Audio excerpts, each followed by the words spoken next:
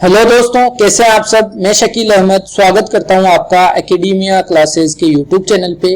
Weekly current affairs की हम बात करेंगे आज। वैसे कोशिश ये रहती है कि आपको संडे को ही ये सेशन प्रोवाइड करा दिया जाए, लेकिन किसी वजह से एक दिन लेट हो गया। मैं आपको मंडे को ये सेशन प्रोवाइड करवा रहा हूं। मेरा नाम है शकील अहमद और आप जानते हैं कि आजकल हम पूरे एक हफ्ते के करंट अफेयर्स सिर्फ एक वीडियो के अंदर कवर कर लेते हैं। आज किसका करने वाले हैं आप सभी को पता है। जून का 3rd वीक हो चुका है कंप्लीट और इस 3rd वीक की हम इस वीडियो में बात करेंगे। जितनी भी चीजें, जो भी हेडलाइंस, जो भी न्यूज आपके एग्जाम पॉइंट ऑफ व्यू से बहुत ज्यादा जरूरी है या थोड़ी सी भी जरूरी है, उसकी हम डिटेल बात करने वाले हैं इस वीडियो के अंदर। तो कोशिश यही रहती है कि एक ही वीडियो में एक पूरे हफ्ते से संबंधित करंट अफेयर्स आपको प्रोवाइड करा दिया जाए, ताकि आप दूसरे सब्जेक्ट्स की तैयारी में भी अपना वक्त दे सकें, है ना। इसके रिवीजन के लिए हम क्या करते हैं, जैसा कि आपको कल संडे को मिला था, इसका रिवीजन हम करेंगे नेक्स्ट संडे को। ओके, नेक्स्ट संडे को क्या करेंगे, मैं लेके आऊंगा आपके लिए इस हफ्ते के इस सेशन से बेस्ट 50 एमसीक्यूज। उससे क्या होगा, एक तो हम प्रैक्टिस करेंगे एमसीक्यू फॉर्मेट में, ताकि आपको एक पता चले कि किस तरह से हम एग्जाम में चीजें सोल्व करेंगे, है ना। दूसरी बात, आप जो टेस्ट सीरीज लगाते हो उसी का एक वो फॉर्मेट रहेगा, ताकि आपके टेस्ट सीरीज लग जाएगी, है ना। तो रिवीजन भी हो जाएगा, टेस्ट भी लग जाएगा और चीजें नए अंदाज से हम सीख भी लेंगे। तो ये हमारी प्लानिंग रहती है। तो आइए शुरू करेंगे बिना किसी देरी के। जैसे आप जानते हैं, सबसे पहले हम बात करते हैं इंपॉर्टेंट डेज की। तो इस पूरे हफ्ते में जो इंपॉर्टेंट डेज रहे, 12 जून को सबसे पहले क्या मनाया गया, विश्व बाल श्रम दिवस। किसके द्वारा मनाया जाता है, ये मनाया जाता है ILO के द्वारा, इंटरनेशनल लेबर ऑर्गेनाइजेशन, अंतरराष्ट्रीय श्रम संगठन के द्वारा ये मनाया जाता है। 2002 से ये मनाया जा रहा है ना। 12 जून को हर साल मनाया जाता है। इस बार की थीम क्या है इसकी, इस बार की थीम है act now and child labour. Child labour को खत्म करने के लिए क्या करो, अभी ये कोई कुछ एक्शन लो। ओके, अगला इंपॉर्टेंट डे क्या कहता है, अगला इंपॉर्टेंट डे है 13 जून, अंतरराष्ट्रीय एल्बिनिज्म जागरूकता दिवस। एल्बिनिज्म क्या होता है, एल्बिनिज्म एक बीमारी है, एक बीमारी है और आपको पता हो कि आनुवांशिक बीमारी है ना, जन्म के साथ होती है। माता पिता में अगर ये बीमारी होगी तो बच्चों में भी ये बीमारी होती है। क्या होता है, देखिए हमारे शरीर में जो पिगमेंट होता है ना, मैं पिग डालना यहाँ पे भूल गया ताकि आप ज्यादा अच्छे से समझ पाते। कोई आपको दिखे जिसके, देखिए एक तो होता है गोरा व्यक्ति। गोरे व्यक्ति की क्या होती है, स्किन अच्छी होती है, गोरी होती है ना, लेकिन उसके बाल वगैरह क्या होते हैं, बाल वगैरह तो काले ही होते हैं ना।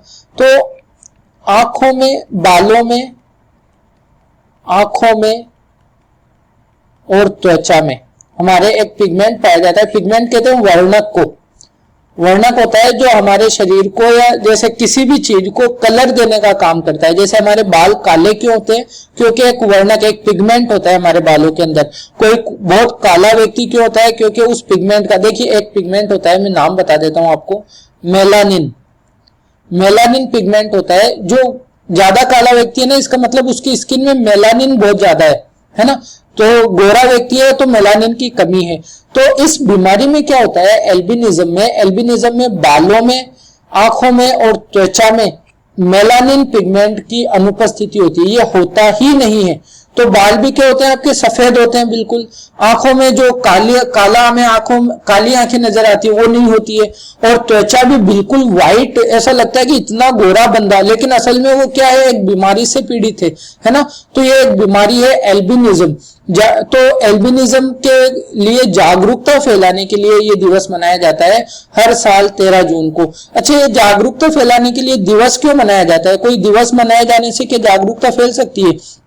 अब देखिए, अगर 13 जून को अंतरराष्ट्रीय एल्बिनिज्म जागरूकता दिवस ना मनाया जाता तो क्या हम इस वीडियो में इसकी बात करते, है ना। मैं क्या कर रहा हूं, एक तरह से आपको जागरूक ही बना रहा हूं ना इस बीमारी को लेकर, इस बीमारी के बारे में बता ही रहा है, बात ही कर रहे हैं ना। तो ये जागरूकता ही फैलती है इस तरह से। तो इसीलिए ये दिवस मनाए जाते हैं ताकि लोगों को अवेयर कर सके।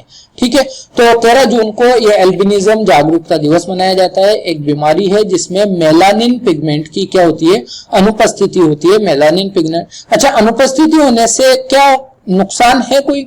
जी हाँ, बिल्कुल नुकसान है। मेलानिन पिगमेंट क्या करता है, हमारी स्किन को कैंसर से बचाता है। ये जो यूवी रेज होती है ना, अल्ट्रावायलेट रेज, इनसे बचाता है। तो अगर ये मेलानिन नहीं होगा तो हमारी स्किन को ये डायरेक्ट इफेक्ट करेंगे और फिर हमें बहुत सारे कैंसर हो सकता है और स्किन प्रॉब्लम्स हो सकती हैं, आंखों में अंधापन बहुत जल्दी हो सकता है ना।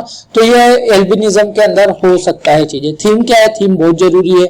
स्ट्रेंथ बियॉन्ड ऑल ऑड्स, सभी ऑड्स कहते हैं ना, असामान्य परिस्थितियों के बारे में हम कहते हैं ऑड्स, है ना। तो सभी असामान्य परिस्थितियों से बढ़कर हमारी स्ट्रेंथ, इसके बारे में हमें बनानी है।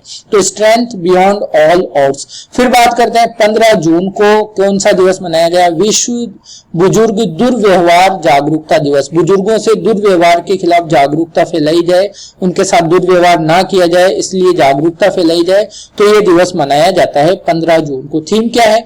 थीम है एक्सेस टू जस्टिस। हमारे भारत में बुजुर्गों की देखभाल के लिए कौन सा मंत्रालय है? आपको पता है, सामाजिक न्याय एवं अधिकारिता मंत्रालय है हमारे भारत में, जो बुजुर्गों की देखरेख के लिए प्रोग्राम्स लाता रहता है। जैसे अभी एक सेज प्रोजेक्ट को लॉन्च किया था, सेज प्रोजेक्ट को हमने बात भी की थी। पोषण अभियान है, पोषण अभियान भी सामाजिक न्याय एवं अधिकारिता मंत्रालय का है। पोषण अभियान ये भी बुजुर्गों के लिए ही है ना। तो बुजुर्गों की देखभाल के लिए। और मंत्री कौन है? हमारे थावरचंद गहलोत है, हमारे सामाजिक न्याय एवं अधिकारिता मंत्री थावरचंद गहलोत। इंपॉर्टेंट चीजें हैं, आपको चीजें कनेक्ट करते हुए पढ़ना चाहिए। फिर बात करते हैं 16 जून की। 16 जून को मनाया गया international day of remittance. Remittance क्या होता है? जो जैसे कोई व्यक्ति, हमारे भारत का कोई व्यक्ति विदेश में कमा रहा है तो वो पैसा भेजेगा ना, तो वो पैसा ही उसे ही हम कहते हैं रेमिटेंस, है ना। तो इंटरनेशनल डे ऑफ रेमिटेंस 16 जून को मनाया गया। और इसकी थीम भी आपको ध्यान रखनी है, recovery and resilience through digital and financial inclusion.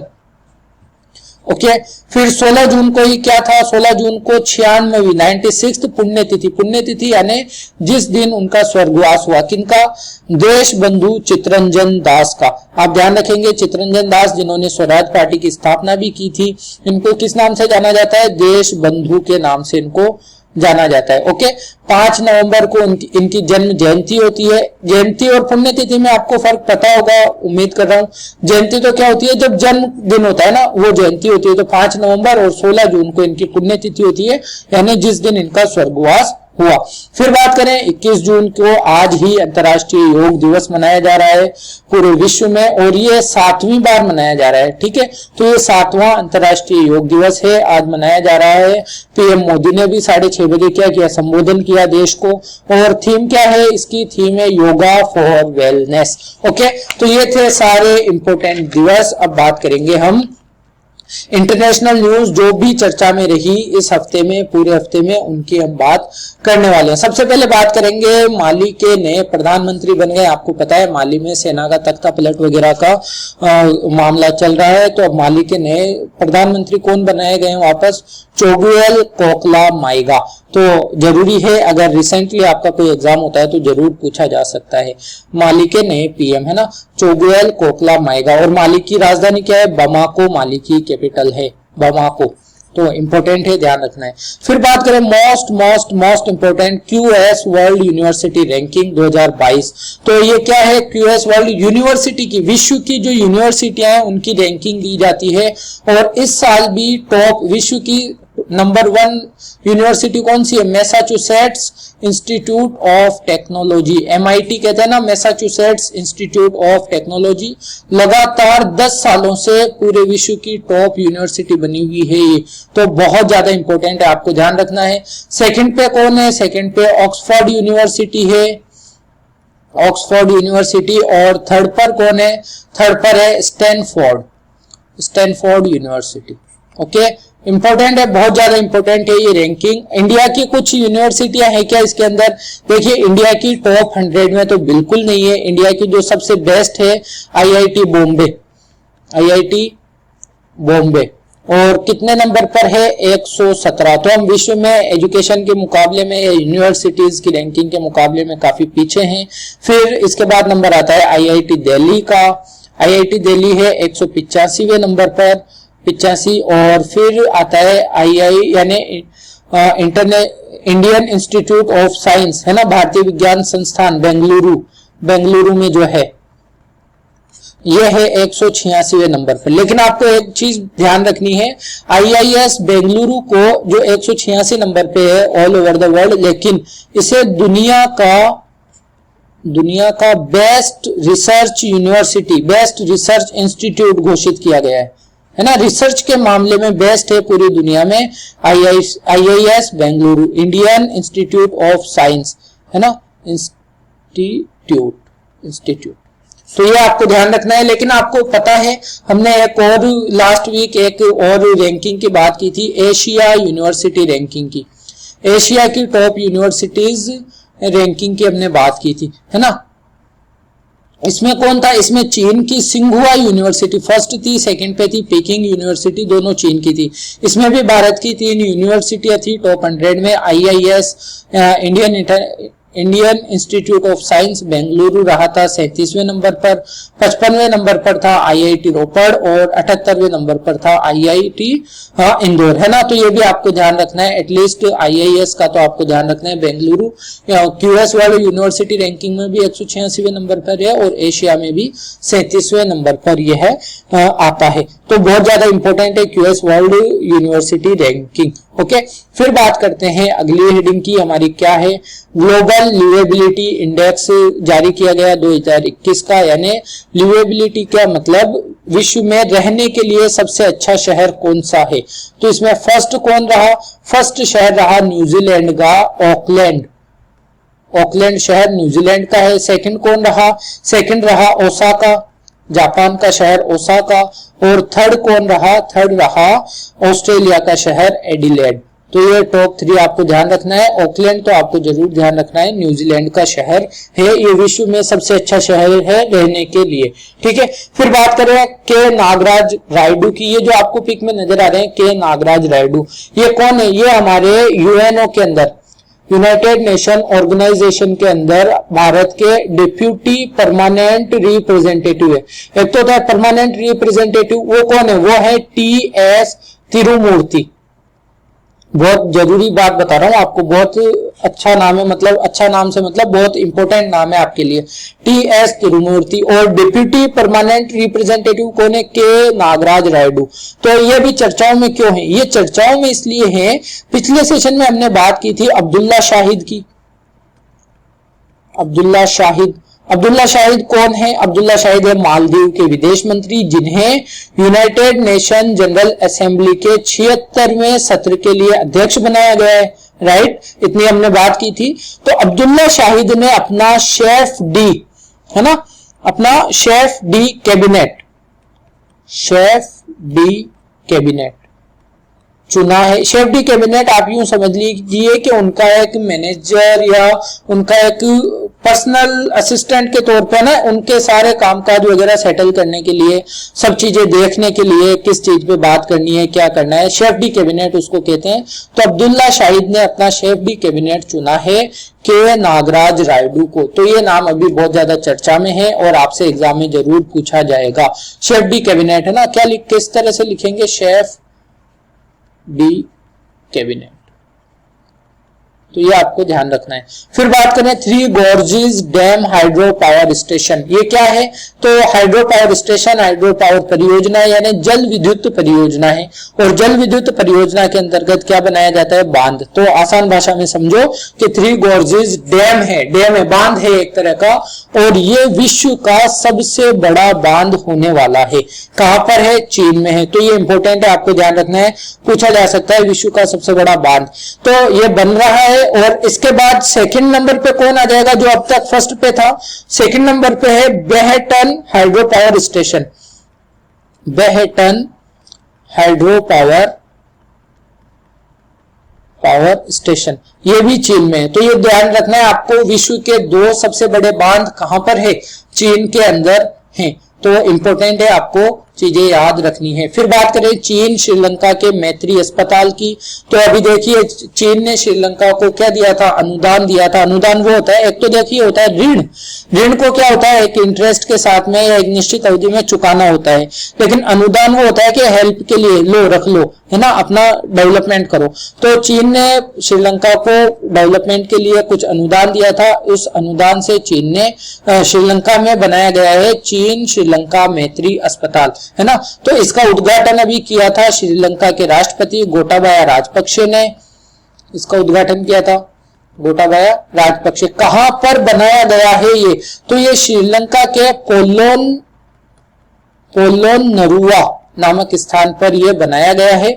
तो इंपॉर्टेंट है, आपको ध्यान रखना है। फिर ये एक लेडी आपको नजर आ रही है स्माइल करती हुई, इनका नाम है रेबेका ग्रीन्सपैन, और रेबेका ग्रीन्सपैन बनी है अंकटाड, UNCTAD। अंकटाड क्या है, United nation conference on trade and development, United Nations conference on trade and development की पहली बार महिला महासचिव बनी है ना, डायरेक्टर जनरल बनी है। अंकटाड की पहली बार कोई महिला बनी है, तो इनका नाम बहुत ही ज्यादा इंपॉर्टेंट हो जाता है। रेबेका ग्रीन्सपैन इनका नाम है, और ये कहां से बिलोंग करती है, ये बिलोंग करती है कोस्टारिका से, कोस्टारिका देश से ये बिलोंग करती है, इंपॉर्टेंट है। फिर बात करें एनविजन मिशन की, एनविजन मिशन किसका है, तो यूरोपियन स्पेस एजेंसी, यूरोप की जो स्पेस एजेंसी है उसका है एनविजन मिशन। किसके लिए है, शुक्र ग्रह के अध्ययन के लिए है, शुक्र ग्रह के अध्ययन के लिए भेजा जाएगा।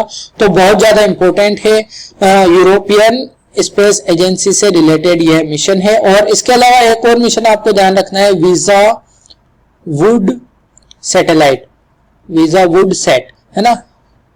ये क्या, ये लकड़ी से बनी हुई एक सैटेलाइट है जिसे लॉन्च किया जाएगा ESA के द्वारा। कब लॉन्च किया जाएगा, 2021 के अंत में लॉन्च किया जाएगा, है ना। कहां से, न्यूजीलैंड से। तो ये आपको ध्यान रखना है। लॉन्च किसके द्वारा किया जाएगा, लॉन्च किया जाएगा यूरोपियन स्पेस एजेंसी के द्वारा, लेकिन न्यूजीलैंड से लॉन्च किया जाएगा लकड़ी की बनी एक सैटेलाइट को, लकड़ी से बनाई गई सैटेलाइट है पहली बार, और इसको लॉन्च करेगा हमारा यूरोपियन स्पेस एजेंसी। इंपॉर्टेंट है। कौन सा रॉकेट यूज करता है, ESA, एरियन रॉकेट यूज करता है, एरियन रॉकेट। रॉकेट का आपको ध्यान रखना है, जैसे एरियन रॉकेट ESA यूज करता है, नासा यूज कौन सा करता है, नासा करता है एटलस। इसरो कौन सा यूज करता है, इसरो यूज करता है हमारा PSLV और GSLV, है ना, GSLV। तो PSLV GSLV इसरो यूज करता है। और अमेरिका, नासा अमेरिका का है, तो अमेरिका की SpaceX कंपनी है, ये फाल्कन रॉकेट यूज करती है, फाल्कन, है ना।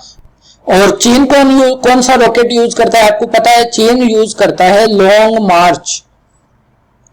इसके अलावा रशिया की बात करें तो रशिया सोयूज रॉकेट यूज करता है, सोयूज।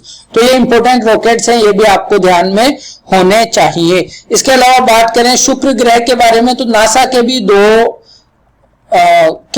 मिशन है शुक्र ग्रह के लिए। कौन कौन से हैं, दा विंसी प्लस और एक है वेरिटास, हमने बात भी की थी पिछले सेशन में, वेरिटास। तो ये भी आपको ध्यान रखना है। और ESA यानी यूरोपियन स्पेस एजेंसी का एक मिशन है जूस मिशन किसका है, जूस मिशन है जुपिटर के लिए, बृहस्पति के लिए। तो ये भी इंपॉर्टेंट है, आपको ध्यान रखना है। तो इन सारी चीजों को आपको कनेक्ट करते हुए पढ़ाई करनी है, ओके। और इसरो हमारा करेगा शुक्र ग्रह के लिए कौन सा, शुक्रयान, ध्यान रखना है आपको। फिर बढ़ते हैं आगे अगली हेडिंग पे। हमारी अगली हेडिंग क्या कहती है, नफ्ताली बेनेट बन गए हैं इजराइल के नए प्रधानमंत्री। ये है नफ्ताली बेनेट। कौन सी पार्टी से ये है यामिना पार्टी से, यामिना। और इनसे पहले कौन थे, नेतन्याहू थे, जो प्राइम मिनिस्टर थे इजराइल के। नेतन्याहू 12 साल तक इजराइल के PM रहे हैं और इनका रिकॉर्ड है अब तक सबसे ज्यादा लंबे समय तक इजराइल के प्राइम मिनिस्टर रहने वाले व्यक्ति हैं नेतन्याहू। ये कौन सी पार्टी से थे, ये लिकुड पार्टी से थे, लिकुड, ओके। तो ये आपको ध्यान रखना है, इंपॉर्टेंट है। और अभी अच्छा आप मुझे कमेंट करके बताइए कि इजराइल के नए राष्ट्रपति कौन बने हैं, ओके। इजराइल के नए राष्ट्रपति आप मुझे कमेंट करके बताइए। इसके अलावा बात करें इजराइल की संसद को क्या कहते हैं, हमने पहले भी बात की थी, इजराइल की संसद को कहते हैं नेसेट, तो ध्यान रखना है, इंपॉर्टेंट है। फिर बात करते हैं हेनरी मैरी डांड्रा की। ये आपको जो नजर आ रहे हैं पिक में, ये है हेनरी मैरी डांड्रा। तो ये बने हैं अभी सेंट्रल अफ्रीकन रिपब्लिक के प्रधानमंत्री, तो ये भी आपको ध्यान रखना है। फिर बात करें नाटो का 31वां शिखर सम्मेलन हुआ। NATO North Atlantic Treaty Organisation है इसका पूरा नाम। और शिखर सम्मेलन कहां पर हुआ? इसके हेडक्वार्टर ब्रुसेल्स में, ब्रुसेल्स जो कि बेल्जियम की राजधानी है, यहाँ पे हुआ नाटो का 31वां शिखर सम्मेलन। तो इसके अलावा इसमें एक बड़ी बात कही गई, क्या कही गई? वैश्विक सुरक्षा के लिए स्थायी खतरा। किसे बताया गया? इस सम्मेलन में जो नाटो का शिखर सम्मेलन हुआ, वैश्विक सुरक्षा के लिए यानी पूरे विश्व की सुरक्षा के लिए स्थायी खतरा, स्थायी तौर पर खतरा है। कौन है? इसमें बताया गया चीन को। तो ये बात आपको बिल्कुल ध्यान रखनी है कि पूरे विश्व की सुरक्षा के लिए स्थायी खतरा किसे बताया गया? नाटो के द्वारा, नाटो के देशों के द्वारा चीन को बताया गया। और ये जो शिखर सम्मेलन हुआ ये इसके हेडक्वार्टर ब्रुसेल्स में ही हुआ। अगली बात करते हैं शेनजाऊ 12 की। शेनजाऊ 12 चीन का अंतरिक्ष यान है, सैटेलाइट नहीं है, ध्यान रखना, अंतरिक्ष यान है, अंतरिक्ष में जाने वाला यान। तो इसको छोड़ा जाएगा, लॉन्च किया जाएगा। कौन से रॉकेट से? ऑब्वियस है, लॉन्ग मार्च यूज करता है चीन, तो लॉन्ग मार्च रॉकेट से। और कहां से लॉन्च किया जाएगा इसको लॉन्च किया जाएगा गोबी मरुस्थल से। आपको पता है गोबी मरुस्थल दो देशों की सीमा पर है, एक तो है मंगोलिया और दूसरा है चीन। तो मंगोलिया और चीन में फैला हुआ है गोबी मरुस्थल, और ये एक शीत मरुस्थल है, ठंडा मरुस्थल है। ध्यान रखना है आपको कि भारत में है कोई ठंडा मरुस्थल? भारत में लद्दाख है ना, लद्दाख भारत का ठंडा मरुस्थल है तो मरुस्थल ही। फिर बात करते हैं अगली हेडिंग की, मुकेश शर्मा वैश्विक वायु प्रदूषण स्वास्थ्य तकनीकी सहायक समूह। क्या कहेंगे इसको कहेंगे global air pollution for health technical advisory group, है ना। इसके सदस्य बने हैं मुकेश शर्मा। ये जो पिक में आपको नजर आ रहे हैं मुकेश शर्मा, ये वायु प्रदूषण के एक विशेषज्ञ हैं, प्रोफेसर हैं। कहाँ के प्रोफेसर हैं? ये आईआईटी कानपुर के प्रोफेसर हैं। तो ये वैश्विक तौर पे जो वायु प्रदूषण के लिए स्वास्थ्य तकनीकी सहायक समूह है, एडवाइजरी ग्रुप है, टेक्निकल एडवाइजरी ग्रुप, उसके क्या बने हैं? मेंबर बने हैं। और ये किसके अंतर्गत आता है? वैश्विक वायु प्रदूषण स्वास्थ्य तकनीकी सहायक समूह, ये आता है WHO के अंतर्गत। WHO का हेडक्वार्टर जिनेवा में है, आप सभी को पता है, और इसके प्रमुख है टेड्रोस अधानोम, और ये कहां से हैं? ये इथोपिया से बिलोंग करते हैं। फिर बात करते हैं बिल्ड बैक बेटर वर्ल्ड परियोजना की। ये क्या है? देखिए, ये है G7 देशों के द्वारा लॉन्च किया गया, आपको पता होना चाहिए। अभी G7 देशों का सम्मेलन हुआ था, कहां पर? ये हुआ था कॉर्नवॉल में। कॉर्नवॉल इंग्लैंड का एक शहर है, कॉर्नवॉल, यहां पे हुआ था G7 देशों का सम्मेलन। तो आपको पता है BRI belt and road initiative है, चीन की एक बहुत ज्यादा महत्वाकांक्षी परियोजना है। इसके अंतर्गत चीन क्या करेगा? यूरोप को और एशिया को आपस में जोड़ने का काम कर रहा है, अफ्रीका को भी वो जोड़ने का काम कर रहा है ना, सड़क से और जल मार्ग से। तो बेल्ट एंड रोड इनिशिएटिव है। तो G7 देशों का कहना है कि इससे चीन कहीं ना कहीं देश पे, पूरे विश्व पे हावी होना चाहता है।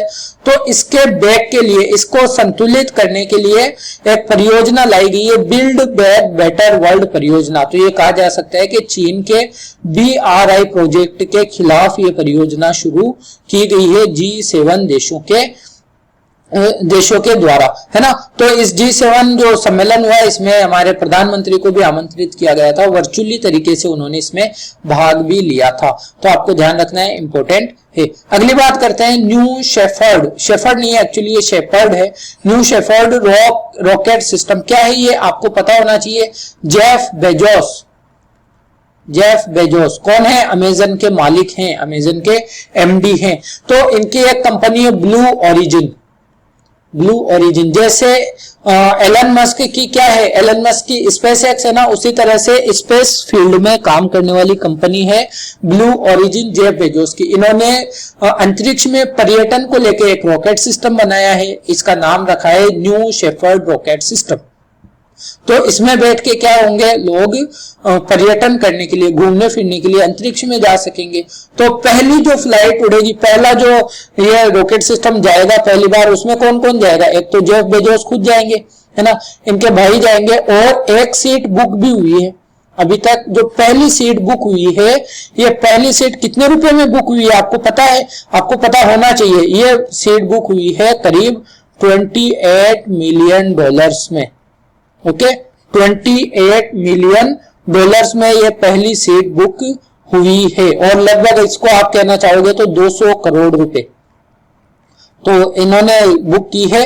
तो ये घूमने के लिए 3 लोग जाने वाले हैं स्पेस के अंदर। फिर बात करते हैं 5th विवा टेक कॉन्फ्रेंस की। पेरिस के द्वारा इसका आयोजन, पेरिस के अंदर इसका आयोजन किया गया। क्या है ये एक तरह से डिजिटल जो स्टार्टअप्स होते हैं ना, उनका इवेंट है, यानी डिजिटल स्टार्टअप्स के बारे में बात करता है विवा टेक कॉन्फ्रेंस। और इसका आयोजन कहां पर किया गया, पेरिस में। ओके, तो इसमें हमारे प्रधानमंत्री ने भी वर्चुअली तरीके से संबोधन दिया था, अपनी बातें रखी थी। तो ये इंपॉर्टेंट है, आपको ध्यान रखना है। 5th, और इसका कौन सा संस्करण हुआ था, 5वां संस्करण, बहुत ही ज्यादा इंपॉर्टेंट है। अच्छा, पेरिस में किसका हेडक्वार्टर है, यूनेस्को का। यूनेस्को का हेडक्वार्टर है पेरिस में। और यूनेस्को के द्वारा एक रिपोर्ट अभी प्रकाशित की गई थी, उसका नाम आपको जरूर ध्यान रखना है, भूलना नहीं है। The race against time for smart development. ये रिपोर्ट किसके द्वारा पेश की गई, किसके द्वारा प्रकाशित की गई, यूनेस्को के द्वारा। तो ये मोस्ट इंपोर्टेंट है, आपको ध्यान इसके बारे में रखना है। फिर बात करें, विश्व का तीसरा सबसे बड़ा हीरा कहां पर खोजा गया है, बोत्सवाना में खोजा गया है। बोत्सवाना की राजधानी है गैबरोन, है ना। तो बोत्सवाना में विश्व का तीसरा सबसे बड़ा हीरा। तो इससे पहले 2 हीरे हैं। फर्स्ट, विश्व का सबसे बड़ा हीरा कौन सा है, इसका नाम आप कह सकते हो कलीनन, है ना, इसका नाम है। कहां पर है ये, कहां पर खोजा गया था, साउथ अफ्रीका में। कब खोजा गया था, 1905 में। और बड़ा, कितना बड़ा है ये हीरा है, 3106 कैरेट का। हीरे को कैरेट में नापा जाता है ना, 3106 कैरेट का। फिर सेकंड विश्व का सबसे बड़ा, क्योंकि अभी जो खोजा गया है ये तो तीसरा है, तो सेकंड सबसे बड़ा कौन सा है, इसका नाम है लेसेडिला रोना, इसका नाम है। और ये भी बोत्सवाना में ही है, बोत्सवाना, है ना, बोत्सवाना के अंदर। और ये है 1109 कैरेट का। तो फिर ये कितने कैरेट का है, तीसरा सबसे बड़ा, बताया जा रहा है कि 1098 कैरेट का हीरा है। और ये भी बोत्सवाना के अंदर ही खोजा गया है। तो इंपॉर्टेंट है, आपको ध्यान रखना है। फिर भारतीय आम संवर्धन कार्यक्रम, ये शुरू किया गया था बहरीन में। यहाँ पे प्रदर्शनी लगाई जाएगी इस कार्यक्रम के अंतर्गत। भारत की 16 आमों की प्रजातियों की, 16 आमों की किस्में जो है इसके अंतर्गत इनकी प्रदर्शनी लगाई जाएगी, है ना। ये सारे 16 आम जो है ये जीआई टैग प्राप्त आम होंगे, जीआई टैग इनको दिया हुआ है। तो बहरीन में ये शुरू किया गया है, ताकि इससे क्या होगा, भारत के आमों की, भारत का जो हॉर्टिकल्चर है उसको बढ़ावा मिलेगा विदेशों में भी। तो ये बात आपको ध्यान रखनी है। फिर बात करें वर्ल्ड गिविंग इंडेक्स। गिविंग मतलब देना, तो देने के अंदर, दान करने के अंदर, हेल्प करने के अंदर सबसे अच्छा देश कौन सा है, तो इस इंडेक्स के अंदर जो टॉप कंट्री रहा 1 नंबर पे, फर्स्ट वो रहा इंडोनेशिया। सेकंड पे कौन रहा, भारत नहीं, भारत नहीं, केन्या, है ना। और भारत की रैंक क्या रही, 14th। फिर भी इस बार तो हम काफी ऊपर रहे हैं। फिर पिछली बार तो हम 50 के भी बाद में थे, मतलब 100 से कुछ ही कम थे, मतलब 87 करीब शायद हमारी रैंक थी, आसपास उसके, है ना।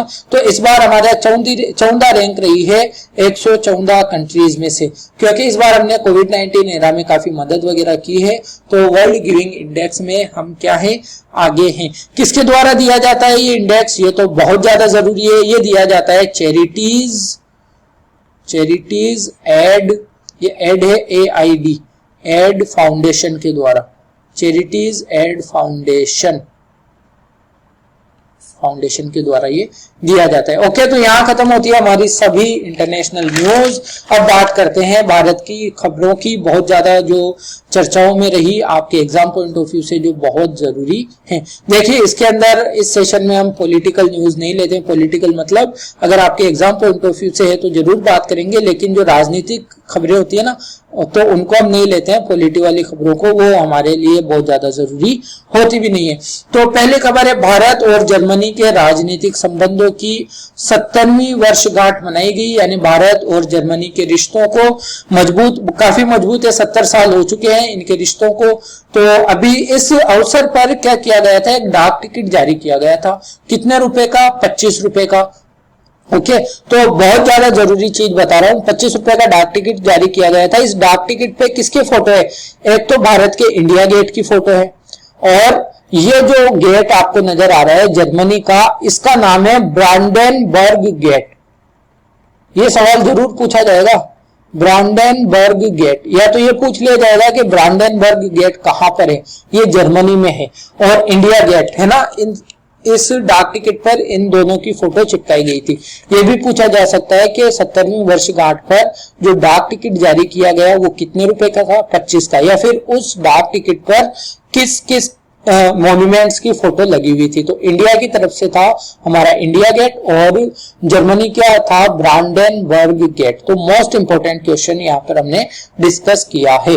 फिर बात करते हैं मुख्यमंत्री अनुप्रति कोचिंग योजना, राजस्थान सरकार के द्वारा मुफ्त कोचिंग के लिए ये शुरू की गई है, बच्चों को फ्री कोचिंग के लिए ये योजना शुरू की गई है, लेकिन कुछ शर्तें हैं, जैसे कि किसको दी जाएगी ये फ्री कोचिंग, एससी वालों को, एसटी वालों को, ओबीसी वालों को, है ना, ईडब्ल्यूएस जो इकोनॉमिकली बैकवर्ड क्लासेज हैं, वीकर सेक्शन है उनको, और ईडब्ल्यूएस को, है ना, तो इन्हीं को दी जाएगी ये।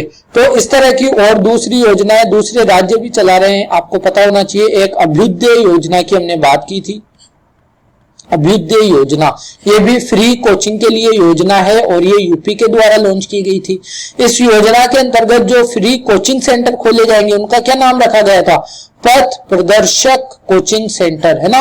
जो कोचिंग सेंटर इस योजना के अंतर्गत खोले जाएंगे या खोले जा रहे हैं, उनका नाम रखा गया पथ प्रदर्शक कोचिंग सेंटर्स। इसके अलावा एक योजना है रीवा योजना, रीवा योजना, ये भी मुफ्त कोचिंग के लिए शुरू की गई योजना है, और ये शुरू की है लद्दाख के द्वारा। लद्दाख का जो प्रशासन है, जो प्रशासक है वहां के, आपको पता है लद्दाख में मुख्यमंत्री तो होते नहीं है, वहां पे विधानसभा नहीं है, तो लद्दाख के प्रशासकों के द्वारा ये शुरू की गई है। तो लद्दाख की दो चीजें आप ध्यान रखो, दो क्या मतलब में, दो झीलें आप ध्यान रखो, एक का नाम है सोकार लेक, एक है सो मोरीरी झील। ये दोनों झीलें लद्दाख में हैं, और ये क्या है, रामसर स्थल भी हैं, रामसर स्थल। तो इंपॉर्टेंट है, ये पूछी भी जाती है कई बार, आपको चीजें पता होनी चाहिए। फिर बात करते हैं स्टारलाइट कॉपर। स्टारलाइट कॉपर क्या है, ये एक आप कह सकते हो कारखाना या फैक्ट्री कह सकते हो इसको, और किससे रिलेटेड है, कॉपर की। कहां पर है ये तूतीकोरिन में है, तूतीकोरिन। और तूतीकोरिन कहाँ है आपको पता है, तूतीकोरिन है तमिलनाडु में। तो ये क्या है कि मतलब है तो पुरानी, लेकिन कुछ समय तक इसको क्या कर दिया गया था, बंद कर दिया गया था, क्योंकि ये बहुत ज्यादा प्रदूषण कर रही थी। लेकिन अब हाल ही में वापस इसको क्या कर दिया गया है, शुरू कर दिया गया है। तो ये इंपॉर्टेंट है। और शुरू करके इसका अध्यक्ष किसको बनाया गया है, इसका अध्यक्ष बनाया गया है आर किशोर कुमार को। बहुत ही इंपॉर्टेंट नाम है, आपके लिए याद रखना है, आर किशोर कुमार। ओके, तूतीकोरिन तमिलनाडु के अंदर स्टारलाइट कॉपर है, स्टारलाइट कॉपर। फिर बात करें अगर तमिलनाडु की सरकार की, तो देखिए तमिलनाडु सरकार ने एक 9 सदस्यों वाली समिति बनाई है, ए के राजन समिति, ए के राजन समिति। अच्छा, जो समिति बनाई जाती है उसके अध्यक्ष के नाम पे उसका नाम रखा जाता है, राइट। तो ए के राजन समिति बनाई गई है। क्यों बनाई गई है, आपको पता है भारत में अगर आप एमबीबीएस करना चाहते हैं, डॉक्टरी की पढ़ाई करना चाहते हैं, तो आपको नीट का एग्जाम क्लियर करना पड़ेगा, है ना। फिर आपको गवर्नमेंट कॉलेजेस में क्या मिल जाएगा, सीट्स मिल जाती है। तो नीट का एग्जाम क्लियर करने के लिए मतलब तमिलनाडु में पिछले कई सालों से ये ट्रेंड रहा है कि हिंदी मीडियम के जो टॉपर भी रहे वो भी नीट का एग्जाम क्लियर नहीं कर पाए हैं। पिछली बार तो हिंदी मीडियम की जो पूरे फर्स्ट रैंक पे थी तमिलनाडु की, उनका क्या हुआ था, नीट एग्जाम क्लियर नहीं हुआ था, तो उन्होंने आत्महत्या कर ली थी। तो ये सवाल उठते हैं कि नीट एग्जाम के अंतर्गत भेदभाव किया जाता है, तो इसकी समीक्षा करने के लिए एक तमिलनाडु सरकार के द्वारा A.K. राजन समिति का गठन किया गया है कि आप बताइए क्या वाकई में नीट के एग्जाम्स के अंदर हिंदी मीडियम बच्चों के साथ में भेदभाव किया जाता है। तो नीट एग्जाम्स की समीक्षा के लिए एक समिति बनाई गई है। इस समिति का नाम आपको ध्यान होना चाहिए। समिति का नाम है A.K. राजन समिति। तमिलनाडु के चीफ मिनिस्टर कौन है? M.K. स्टालिन यहाँ के चीफ मिनिस्टर हैं। आपको ध्यान रखना है, बहुत इंपॉर्टेंट है, हाल ही में बने हैं। इसके अलावा यहाँ के B.L. पुरोहित, बनवारी लाल पुरोहित यहाँ के गवर्नर हैं। ओके, फिर बढ़ते हैं AISHE। क्या है ये? All India survey on higher education report है ना। All India survey on higher education report 2019-20। ये रिपोर्ट अभी जारी की गई है 5 वर्ष की अवधि के लिए, 2015-16 से 2019-20 की अवधि के लिए। इस रिपोर्ट में कहा गया है कि एडमिशन लेने वाले जो बच्चे ना, विद्यार्थियों के नामांकन में वृद्धि हुई है भारत में। 5 सालों के अंदर विद्यार्थियों के नामांकन में यानी स्कूल में एडमिशन लेने वाले बच्चों में 11.4% की वृद्धि हुई है। तो ये अच्छी बात है कि हमारे भारत के बच्चे ज्यादा पढ़ाई की तरफ आगे बढ़ रहे हैं। लेकिन अगर आपसे, ये तो ओवरऑल वृद्धि बता रहा है, अगर आपसे पूछता है महिलाओं में, बच्चियों में, किशोरियों में कितनी वृद्धि हुई है स्कूल में एडमिशन लेने को लेकर, तो महिलाओं में और भी अच्छी हुई है। यानी गर्ल्स हम कह सकते हैं, महिला नहीं गर्ल्स हम कह सकते हैं। तो गर्ल्स में 18.2% की वृद्धि देखी गई है। ओके, तो इंपॉर्टेंट है, आपको ध्यान रखना है। फिर बात करते हैं कोवी फाइंड की। कोवी फाइंड को ICMR, Indian council of medical research की मंजूरी मिल गई है। क्या है कोवी फाइंड? नाम से आपको लग रहा होगा कोविड-19 का पता लगाने वाला, है ना। तो कोवी फाइंड है कोविड-19 की अपने आप खुद घर पे जांच करने के लिए एक किट है, कोविड-19 जांच किट है ये। ओके, तो इसको मंजूरी मिल गई है ICMR की। ओके, तो किसने बनाया है? इसको बनाया है, निर्माण किया है इसका मेरिल डायग्नोस्टिक नामक कंपनी ने। मेरिल डायग्नोस्टिक्स, है ना। क्या ये पहली ऐसी किट है जो अपने आप जांच की जा सके घर पे? 10-15 मिनट में ये अपना बता देती है कि क्या ये आपको कोविड-19 है या नहीं। जी नहीं, ये पहली किट नहीं है, आपको पता होना चाहिए। हमने पहले भी बात की है। इससे पहले एक किट है कोवी सेल्फ, जो भारत की पहली किट थी घर पे खुद से कोविड-19 की जांच करने की, कोवी सेल्फ थी। और कोवी सेल्फ बनाई थी माई लैब्स ने, पुणे की कंपनी है ना माई लैब्स, इन्होंने बनाई थी। आपको ये बात जरूर ध्यान रखनी है, माई लैब्स ने अपना ब्रांड एम्बेसडर किसे बनाया है? AK को बनाया है, अक्षय कुमार को, है ना। तो ये तो लिख के ही लेना। उम्मीद करता हूँ आप नोट्स बनाते होंगे ना। नोट्स बनाना बहुत ज्यादा जरूरी है आपके एग्जाम के लिए, क्योंकि एग्जाम टाइम में जब आपको रिविजन करना हो तो आप वापस 1.5 घंटे 2 घंटे की वीडियो 1 हफ्ते के लिए देखेंगे तो वो मुमकिन नहीं हो पाता है ना। PPT भी हम प्रोवाइड करा देते हैं। PPT अगर आपको चाहिए, यानी PDF अगर आपको चाहिए तो आप हमारे टेलीग्राम से ले सकते हैं। लेकिन बेस्ट रिवीजन के लिए बेस्ट चीज होती है आपके हैंड रिटन नोट्स, वो बनाया करें, है ना। तो माई लैब्स ने अक्षय कुमार को अपना ब्रांड एम्बेसडर बनाया है। इसके अलावा एक और ऐसी किट थी भारत में जो लॉन्च हुई थी, पेन बायो इसका नाम है, लेकिन ये भारत की नहीं है। इसको बनाती है एबॉट नाम की कंपनी, और ये USA की है, अमेरिका की कंपनी है ना। तो 2 पहले से थी किट, अब तीसरी आ गई है कोवी फाइंड। इंपॉर्टेंट है, ध्यान रखना है। फिर बात करते हैं एर्गोस्टेमा क्वारेंटिना, है ना। एर्गोस्टेमा क्वारेंटिना क्या है? ये कॉफी के पौधे की प्रजाति है, कॉफी की नई प्रजाति आप कह सकते हैं इसको। और ये पौधा कहाँ खोजा गया? ये खोजा गया केरल में। तो इंपॉर्टेंट है, नाम आपको ध्यान में रखना है। आपको पता होना चाहिए विश्व में 2 तरह की कॉफी मिलती है, एक तो होती है रोबस्टा कॉफी और एक होती है अरेबिका, है ना। विश्व में, पूरे विश्व में 2 तरह की कॉफी मिलती है, रोबस्टा और अरेबिका। भारत में कॉफी का सबसे ज्यादा उत्पादन, सर्वाधिक उत्पादन कहाँ होता है?